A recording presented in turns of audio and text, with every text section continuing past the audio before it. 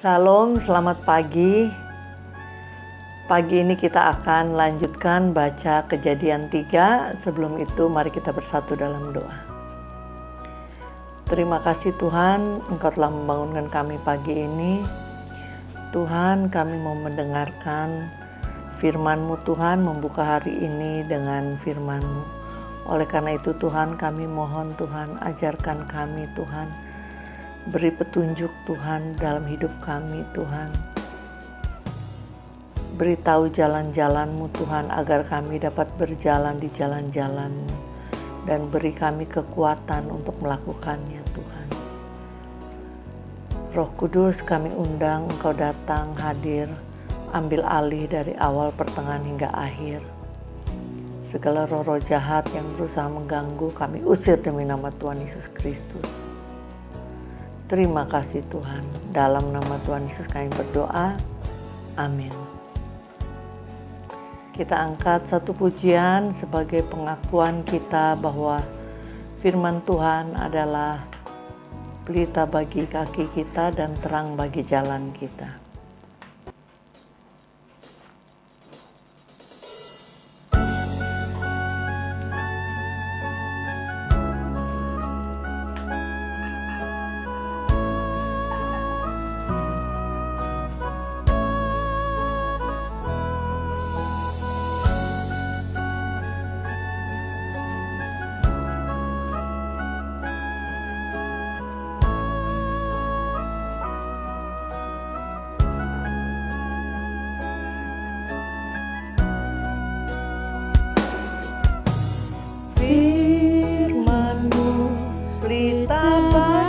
Kakiku, terang bagi jalanku. Firman-Mu, pelita bagi kakiku, terang bagi jalanku. Waktu ku bimbang dan hilang jalan,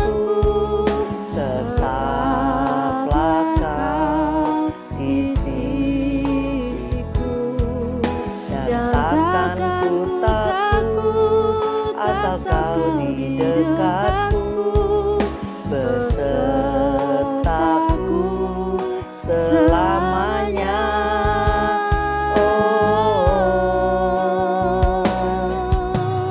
firman-Mu, pelita bagi kakiku, terang bagi jalanku.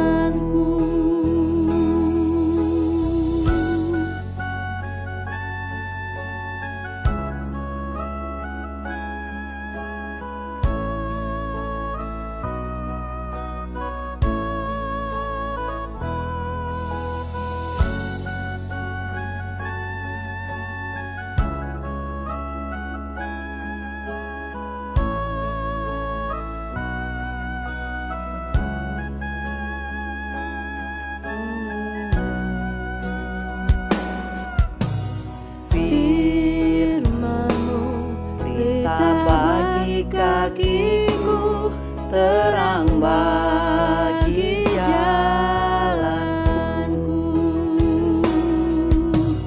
Firman-Mu, pelita bagi kakiku, terang bagi jalanku.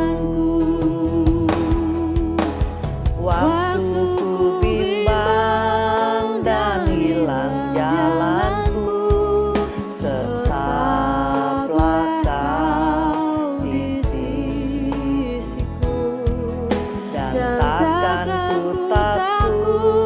asal Kau di dekatku, besertaku selamanya. Oh,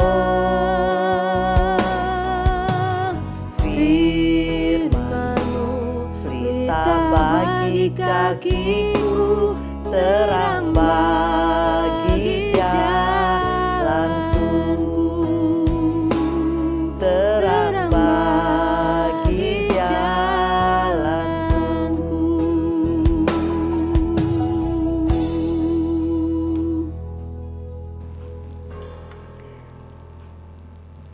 Kejadian 3. Judul perikop, manusia jatuh ke dalam dosa. Adapun ular ialah yang paling cerdik dari segala binatang di darat yang dijadikan oleh Tuhan Allah.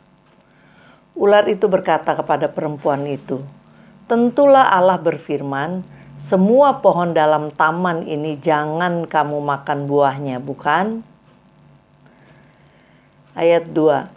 Lalu sahut perempuan itu kepada ular itu, "Buah pohon-pohonan dalam taman ini boleh kami makan. Tetapi tentang buah pohon yang ada di tengah-tengah taman, Allah berfirman, jangan kamu makan ataupun raba buah itu, nanti kamu mati."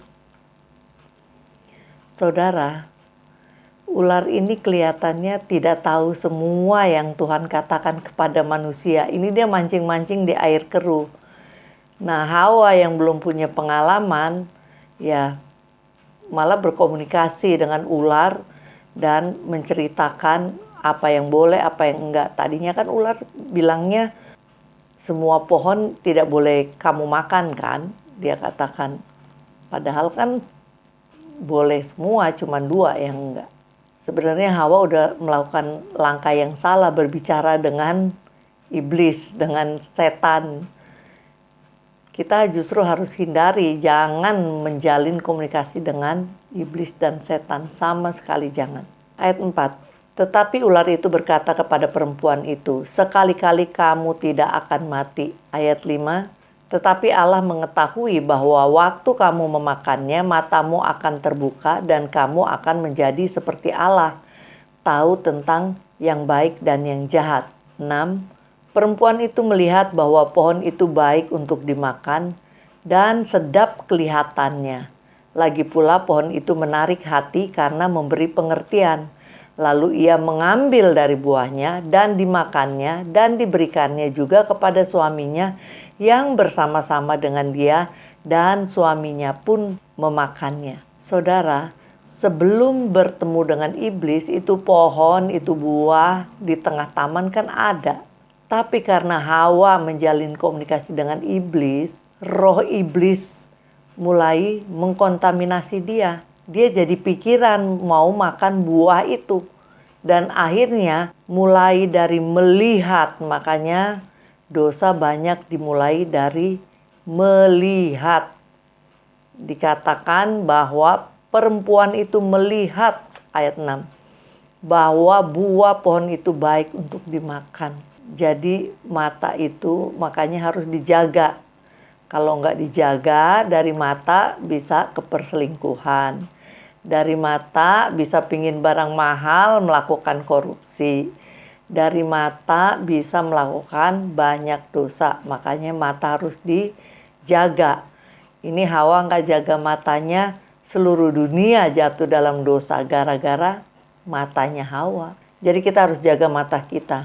Apalagi zaman sekarang, mata lihat video porno, udah langsung manusia jatuh dalam dosa percabulan. Dan di akhir zaman mata itu dipakai banget oleh iblis untuk menyeret manusia jatuh dalam dosa. Jadi hati-hati, jaga matamu. Ayat 7, maka terbukalah mata mereka berdua dan mereka tahu bahwa mereka telanjang. Lalu mereka menyemat daun pohon ara dan membuat cawat. Nah, begitu makan buah yang dilarang, langsung matanya terbuka. 8. Ketika mereka mendengar bunyi langkah Tuhan Allah yang berjalan-jalan dalam taman itu pada waktu hari sejuk, bersembunyilah manusia dan istrinya itu terhadap Tuhan Allah di antara pohon-pohonan dalam taman. Nah, orang udah berdosa, mereka malah makin jauh dari Tuhan, malah mau bersembunyi, mau diajak hidup benar, mau diajak baca Alkitab, mau diajak yang baik, malah nggak mau deket-deket Tuhan, maunya melakukan hal-hal yang jauh dari Tuhan. Itu kalau orang udah jatuh dalam dosa. Kalau udah ada dosa, apalagi dosa yang mengikat, anti aja sama Tuhan. Kalaupun deket Tuhan, berdoa dan ke gereja itu hanya formalitas, hanya luar-luar, tapi hatinya ingin bersembunyi, ingin jauh dari Tuhan. Karena ada kesadaran gak layak dan berdosa. Ayat 9. Tetapi Tuhan Allah memanggil manusia itu dan berfirman kepadanya, "Di manakah engkau?" Lihat, Tuhan bukannya gak tahu manusia udah jatuh dalam dosa. Tapi Tuhan mengasihi manusia. Jadi meskipun dia tahu manusia udah jatuh dalam dosa, ya dia tetap melakukan kebiasaannya. Berjalan-jalan di taman dan mencari manusia. Tuhan ingin berkomunikasi dengan manusia. Ayat 10. Ia menjawab, "Ketika aku mendengar bahwa engkau ada dalam taman ini, aku menjadi takut. Karena aku telanjang.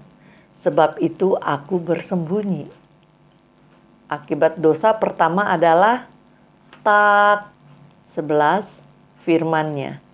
"Siapakah yang memberitahukan kepadamu bahwa engkau telanjang? Apakah engkau makan dari buah pohon yang kularang engkau makan itu?" Bukannya Tuhan gak tahu, Tuhan tahu, tapi Tuhan menginginkan pengakuan keluar dari mulut manusia. Yang Tuhan inginkan adalah mengaku, minta ampun, bertobat. Bukan cari pembenaran. Tapi kita lihat nanti Adam dan Hawa ini cari pembenaran. Harusnya mereka mengakui dan bertobat. Ayat 12, manusia itu menjawab, "Perempuan yang kau tempatkan di sisiku, dialah yang memberi dari buah pohon itu kepadaku, maka kumakan." Adam, kepala rumah tangga, kepala keluarga. Ketika ditanya oleh Tuhan, pertanyaan apa, jawabnya apa? Pertanyaannya, "Siapa yang memberitahu kepadamu bahwa engkau telanjang?" Harusnya jawabnya, "Aku tahu karena aku udah berdosa." Ini malah bukannya ngaku, "Aku udah berdosa makan buah terlarang, makanya aku sekarang jadi tahu. Aku minta ampun," harusnya begitu. Dan gak mau berbuat dosa lagi, harusnya seperti itu tindakannya. Tapi malah nyalahin istrinya. Malah berkata, manusia itu menjawab, ayat 12. Manusia itu menjawab, "Perempuan yang kau tempatkan di sisiku, dialah yang memberi dari buah pohon itu kepadaku, maka aku makan." Lah, kita kalau suara hati kita diingatkan Tuhan tentang dosa-dosa kita nggak boleh cari pembenaran. Yang benar adalah kita mengaku dosa. "Ya Tuhan, aku udah salah. Aku minta ampun." Itu yang benar. Bukan malah cari pembenaran, cari kambing hitam, salah-salahin orang. "Oh, orang ini sih sebabnya. Oh, gara-gara dia nih aku jadi begini." Nah, itu bukan tindakan yang benar. Kalau Tuhan, Roh Kudus mengingatkan di hati kita dosa-dosa kita, segeralah mengaku. Ayat 13. Kemudian berfirmanlah Tuhan Allah kepada perempuan itu, "Apakah yang telah kau perbuat ini?" Jawab perempuan itu, "Ular yang memperdaya aku, maka aku makan." Samanya juga nih dengan suaminya 11-12. Suami salahin istri, istri mengadopsi sifat suami. Harusnya istri juga nggak boleh mengadopsi, harus adopsi yang bagus-bagus aja. Kalau yang jelek-jelek ya jangan diadopsi, yang jelek-jelek harus dikasih tahu. Banyak istri-istri salah pengertian terhadap tunduklah kepada suami. Jadi suami salah, ya tetap nggak dikasih tahu. Bukannya kita ngelawan, kita tetap harus kasih tahu itu kebenaran, mengenai kebenaran dan kesalahan yang nggak boleh dilakukan. Supaya suami kita tahu dan dia mau berubah dan menjadi baik. Kita harus menolong dia apabila dia tidak tahu itu adalah sesuatu yang salah. Bukan malah kita ikut-ikut salah. Dua-dua kejebur sumur kalau gitu caranya. Tapi memang banyak ya dalam kehidupan rumah tangga, suami biarpun udah dikasih tahu istri udah kasih tahu berkali-kali, suami nggak mau dengar. Dalam kasus seperti ini, ya istri tetap harus menghargai suami dan membawanya dalam doa dan puasa.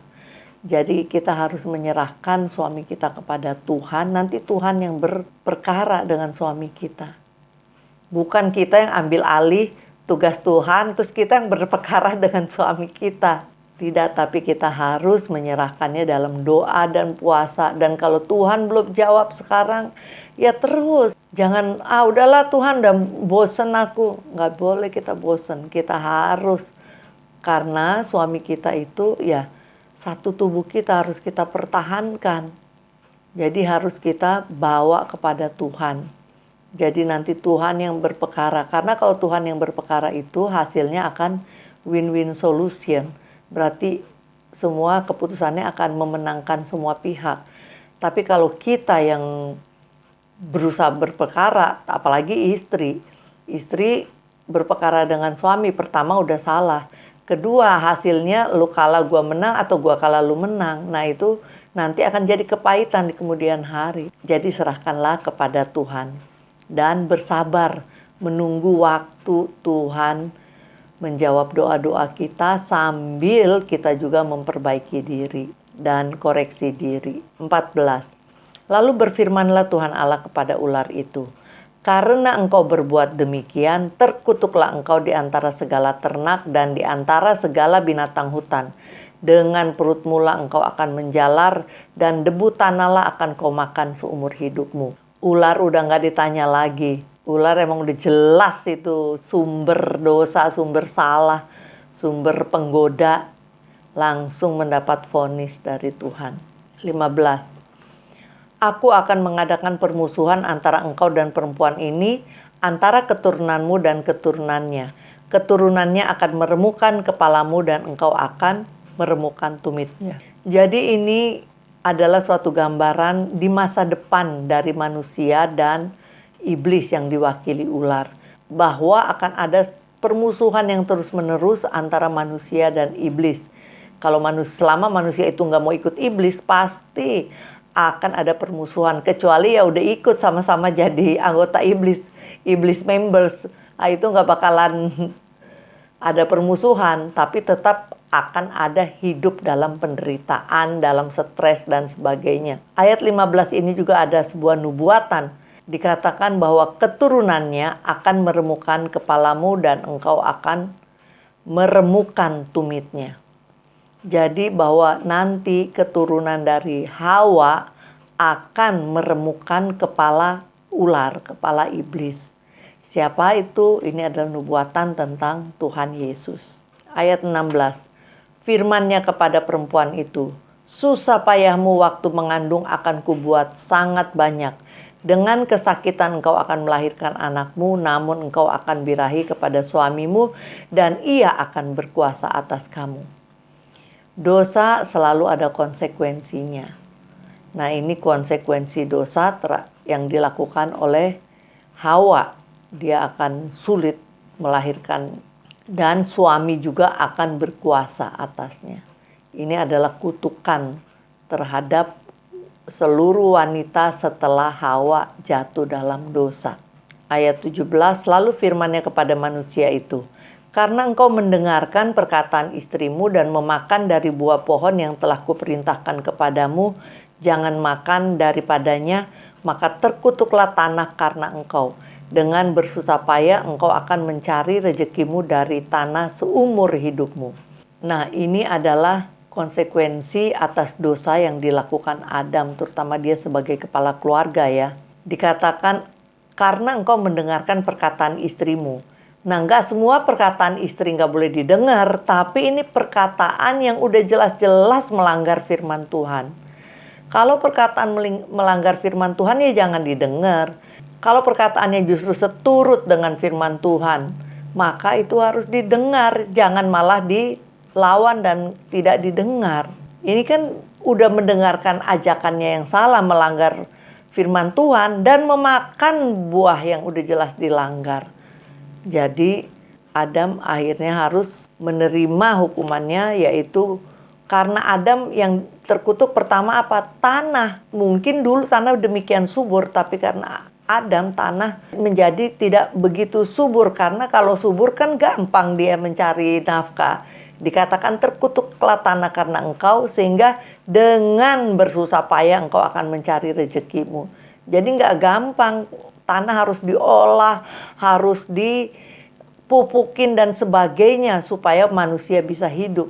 Udah tidak bisa lagi seperti waktu di Taman Eden, tanah subur dan semua tinggal menikmati aja, semua udah ada. Tapi karena Adam berdosa, tanah dikutuk dan harus diolah, harus diusahakan untuk bisa memperoleh hasil dari tanah. Dengan susah payah engkau akan mencari rezekimu. Ayat 18, semak duri dan rumput duri yang akan dihasilkan bagimu, dan tumbuh-tumbuhan di padang akan menjadi makananmu. Ayat 19, dengan berpeluh engkau akan mencari makananmu, sampai engkau kembali lagi menjadi tanah. Karena disitulah engkau diambil, sebab engkau debu dan engkau akan kembali menjadi debu. Nah, jadi laki-laki akan terus mencari makanan untuk keluarganya, akan berusaha, berpikir, banting tulang, bekerja untuk keluarganya. Bukan berarti perempuan tidak boleh bekerja, ya perempuan juga boleh bekerja, tetapi bukan main jobnya perempuan untuk bekerja. Dan dikatakan sampai engkau kembali lagi menjadi tanah, karena dari situlah engkau diambil. Jadi tubuh jasmani kita dari tanah akan kembali kepada tanah. Tetapi nafas Tuhan yang ada di kita, yang Tuhan berikan akan kembali ke Tuhan. Yang membuat kita hidup, kehidupan kita akan kembali ke Tuhan. Roh kita akan kembali ke Tuhan. Tinggal jiwa kita yang akan kembalinya ke neraka atau ke surga. Itu yang menentukan adalah saat kita hidup di dunia. Kalau kita terima Tuhan Yesus sebagai Tuhan dan Juru Selamat, maka jiwa kita akan bersatu bersama Tuhan Yesus di surga. Tapi kalau kita tidak menerima Yesus sebagai Tuhan dan Juru Selamat, Alkitab mengatakan maka tidak akan diselamatkan. Jiwanya akan tidak bersama dengan Tuhan Yesus di surga. Dan tempatnya di mana? Ya saudara tahu sendiri. Ayat 20. Manusia memberi nama Hawa kepada istrinya, sebab dialah yang menjadi ibu semua yang hidup. Hawa itu artinya sendiri hidup. 21. Dan Tuhan Allah membuat pakaian dari kulit binatang untuk manusia dan untuk istrinya itu, lalu mengenakannya kepada mereka. Inilah Tuhan sangat mengasihi kita. Meskipun mereka udah jatuh dalam dosa, Tuhan tetap harus mengorbankan binatang untuk diambil kulitnya, untuk dibuat menjadi pakaian manusia. Ayat 22. Berfirmanlah Tuhan Allah, sesungguhnya manusia itu telah menjadi seperti salah satu dari kita. Ini juga tersirat Tritunggal. Tahu tentang yang baik dan yang jahat. Maka sekarang jangan sampai ia mengulurkan tangannya dan mengambil pula dari pohon kehidupan itu dan memakannya sehingga ia hidup untuk selama-lamanya.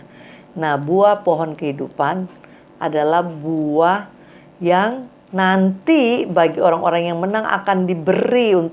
Di kitab Wahyu kita lihat buahnya akan diberi kepada orang-orang yang menang.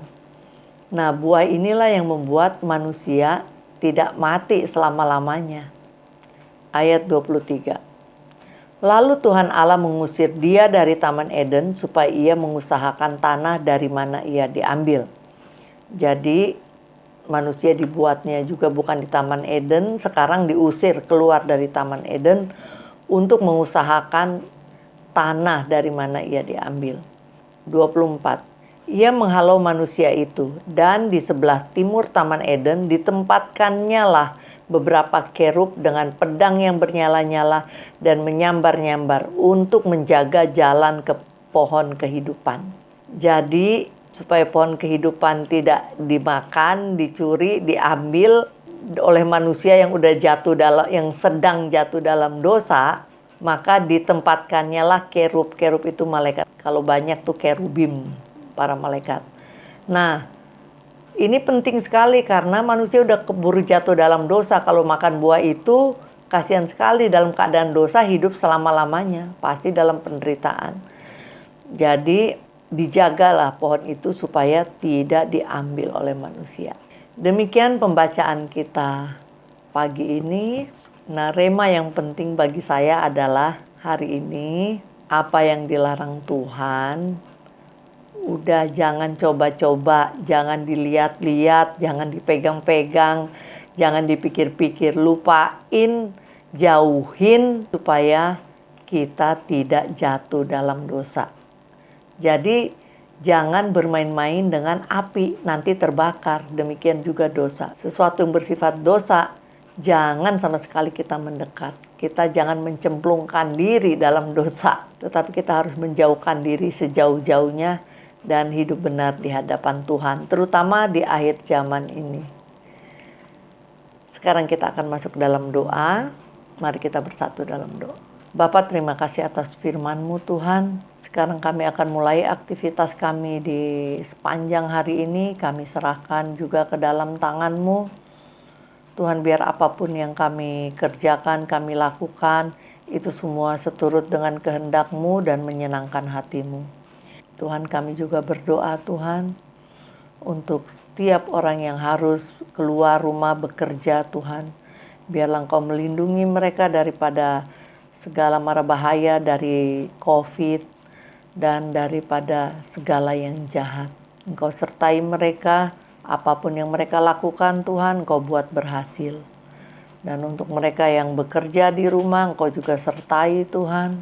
Dan biar apapun yang mereka lakukan juga mendatangkan buah-buah yang baik.